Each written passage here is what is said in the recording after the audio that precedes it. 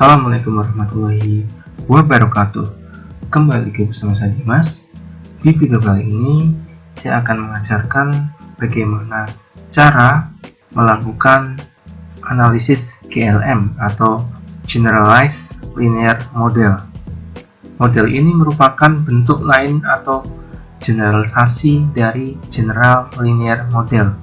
Perbedaannya, kalau General Linear Model itu mengikuti asumsi normalitas, tetapi Generalized Linear Model tidak mengikuti asumsi normalitas, sehingga Generalized Linear Model memperbolehkan variabel terikat tidak berdistribusi normal. Pada dasarnya, Generalized Linear Model merupakan bagian dari regresi linear yang memungkinkan adanya komponen stokastik tidak normal dan tidak linear. Intinya, Generalized Linear Model itu merupakan model yang memiliki kelonggaran di pengujian asumsi klasik. Misal, asumsi normalitas dan tidak seketat saat kita menggunakan regresi linear. Model ini mencakup regresi linear, regresi logistik, probit, dan model Poisson. Di sini saya sudah memiliki datanya. Ini adalah data yang akan saya uji dengan model GLM atau Generalized Linear Model. Langkah pertama, kita masuk ke FUSE-nya, kemudian klik Create a new FUSE work file. Pada work file structure type, karena ini adalah data cross section, maka di sini saya pilih Unstructured. Di data rank atau di observasinya ini ada berapa ya? Saya hitung dulu. 1, 2, 2.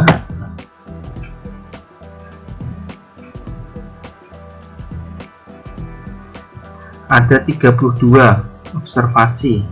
Maka di sini saya tulis 32.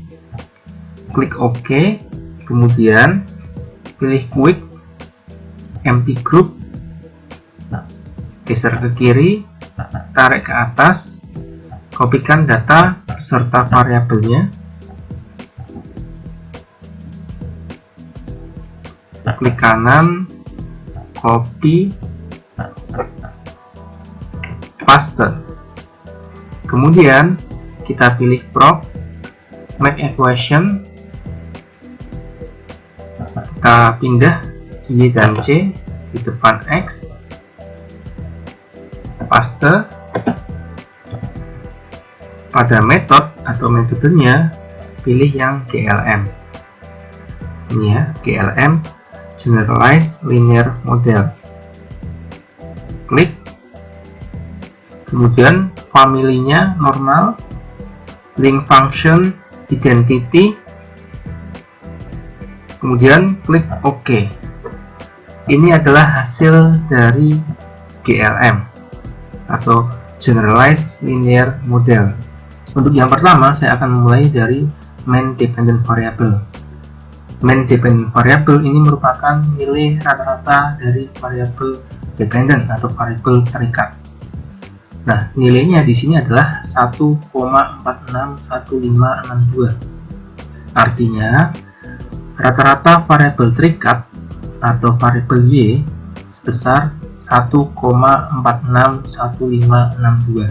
Kemudian di bawahnya ada Sum Square Receipt atau disingkat SSR. Ini merupakan jumlah residual yang dikuadratkan dan disebut juga sebagai variasi yang tidak dapat dijelaskan dari variabel terikat atau Y pada garis regresi. Nilai SSR sebesar 2,222435. Syaratnya, semakin kecil nilai maka semakin baik untuk model regresi yang dibuat. Di bawahnya lagi ada Akaike Info Criterion atau AIC. Nilai ini merupakan nilai dari kecocokan model. Nilai AIC sebesar 0,429276. Di bawahnya lagi ada Hanan Quinn Criterion atau kriteria Hannan-Quinn. Ini memiliki fungsi yang sama dengan AKIK info criterion dan SWOT. Nilai Hannan-Quinn sebesar 0,490007. Syaratnya, semakin kecil nilai, maka semakin benar model regresi yang dibuat. Selanjutnya, deviance statistik. Deviance statistik merupakan nilai yang digunakan untuk melihat kualitas dari kecocokan model yang memiliki kegunaan untuk melakukan pengujian hipotesis. Nilai deviance statistik sebesar 0,079373. Nilai ini dibandingkan dengan tabel chi-square atau x kuadrat.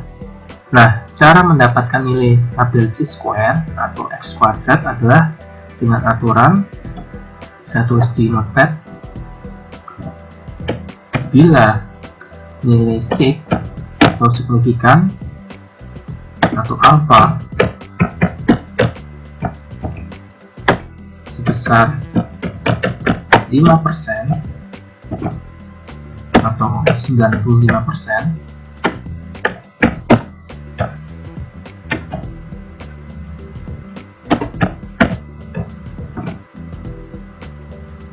maka degree of freedom atau derajat kebebasan adalah 2. Kita coba buka tabel chi-square. Di sini saya akan buka terlebih dahulu tabelnya atau tabel x kuadrat. Nah, tingkat alfa yang saya gunakan adalah 5% dengan df2. Artinya di sini saya mengambil nilai di bagian 0,05 dengan df2, sehingga nilai yang didapat adalah 5,99146. Ini nilai dari x kuadrat sama dengan 5,99146. Nah, sebelum kita menyimpulkan hasilnya, kita buat hipotesanya terlebih dahulu. Hipotesa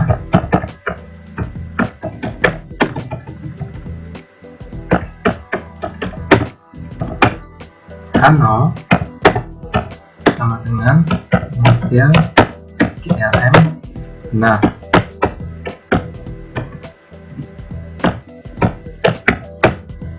H1 sama dengan model GLM salah.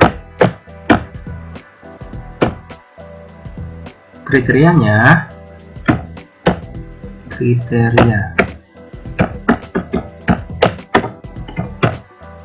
jika nilai DS, ya saya singkat DS saja ya, atau deviance statistik lebih besar dari x kuadrat, maka H0 ditolak dan H1 diterima. Jika nilai DS lebih kecil dari x kuadrat, maka H0 diterima dan H1 ditolak. Kita lihat nilai dari DS-nya. Kita kembali ke reviews-nya. Nilai dari deviance statistik itu sebesar 0,07973. Saya copy saja. Sedangkan x kuadrat itu sebesar 5,99146. Kalau kita bandingkan antara nilai DS dan x kuadrat, maka nilai ini lebih kecil, atau nilai DS-nya lebih kecil dari nilai x kuadrat,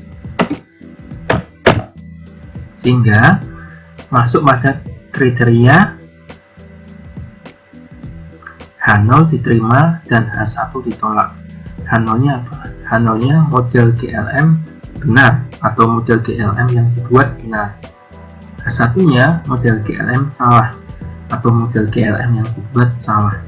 Sehingga dari hasil ini didapat bahwa model GLM sudah benar.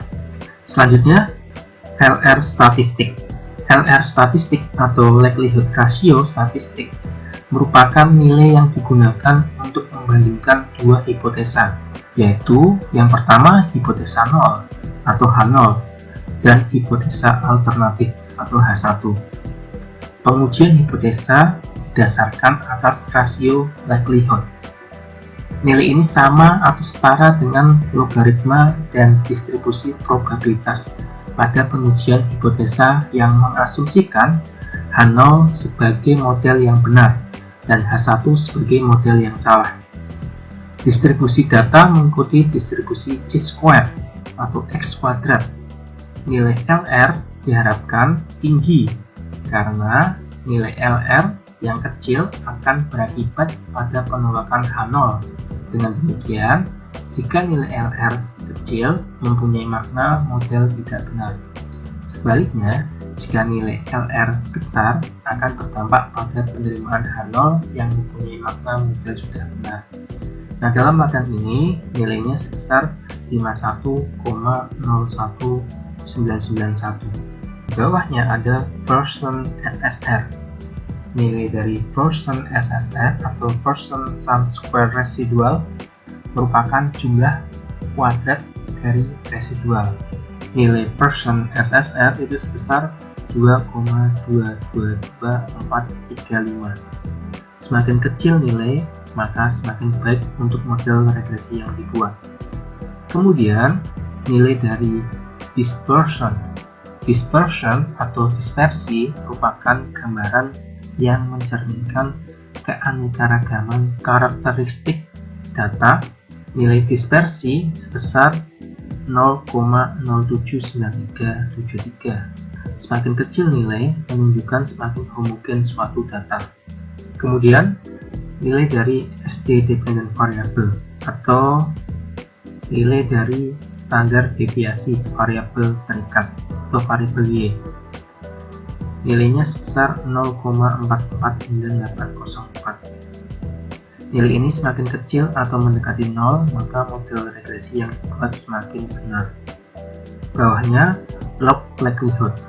Log likelihood atau log likelihood function merupakan nilai estimasi dari koefisien yang mengasumsikan kesalahan atau error terdistribusi secara normal. Pada hasil ini, nilainya sebesar minus 2,868416. Nilai ini semakin besar, semakin baik untuk model regresi yang dibuat. Di bawahnya lagi ada Schwartz criterion. Nilai ini merupakan nilai yang digunakan sama dengan Akaike criterion dan Hannan-Quinn criterion. Nilai Schwartz criterion atau SC sebesar 0,612493. Semakin kecil nilai, semakin benar model yang dibuat. Selanjutnya, ada nilai dari deviance. Deviance dalam GLM atau Generalized Linear Model merupakan kata lain dari varian. Nilai deviance sebesar 2,222435. Nilai ini akan semakin valid jika mendekati 0. Di bawahnya lagi ada restrictive deviance, merupakan penyimpangan restriktif. Nilai restrictive deviance sebesar 6,272022. Artinya, penyimpangan restriktif sebesar 6,272022. Di bawahnya ada nilai dari probabilitas LR statistik atau probabilitas likelihood ratio statistik, merupakan rasio dari kemungkinan. Nilai dari probabilitas LR statistik itu sebesar 0,00000000. Jadi kemungkinannya sebesar 0,00000000. Dan yang terakhir ini ada Pearson statistik. Nilai Pearson statistik atau Pearson chi-square statistik atau X kuadrat dalam GLM merupakan nilai yang digunakan untuk pengujian keselarasan model. Nilai ini mengikuti distribusi chi-square. Selain menggunakan nilai statistik Pearson dalam GLM, juga menggunakan nilai residual deviance. Nilai residual deviance merupakan nilai statistik log-likelihood ratio untuk pengujian model satu range. Nilai statistik Pearson sebesar 0,079373. Nilai ini sama seperti kita mencari pada dispersion, yaitu dengan membandingkan nilai dengan tabel chi-square. Ini kan nilainya sama ya, 0,079373. Jadi hasilnya juga sama. Ini sama saja. Nanti kalau misalkan menggunakan tingkat alfa 0,05, maka DF-nya itu ada 2, sehingga didapat nilainya sebesar 5,99146. Nanti dibandingkan dengan nilai dari Pearson statistik. Hasilnya model GLM yang dibuat sudah benar. Berikutnya, ini yang di atas, ini sama dengan kita membaca hasil regresi pada umumnya, di mana untuk nilai koefisien X1 nya negatif, X2 negatif, dan X3 negatif, dengan probabilitas untuk X1 0,00000, ini lebih kecil dari tingkat alfa 0,5, maka signifikan.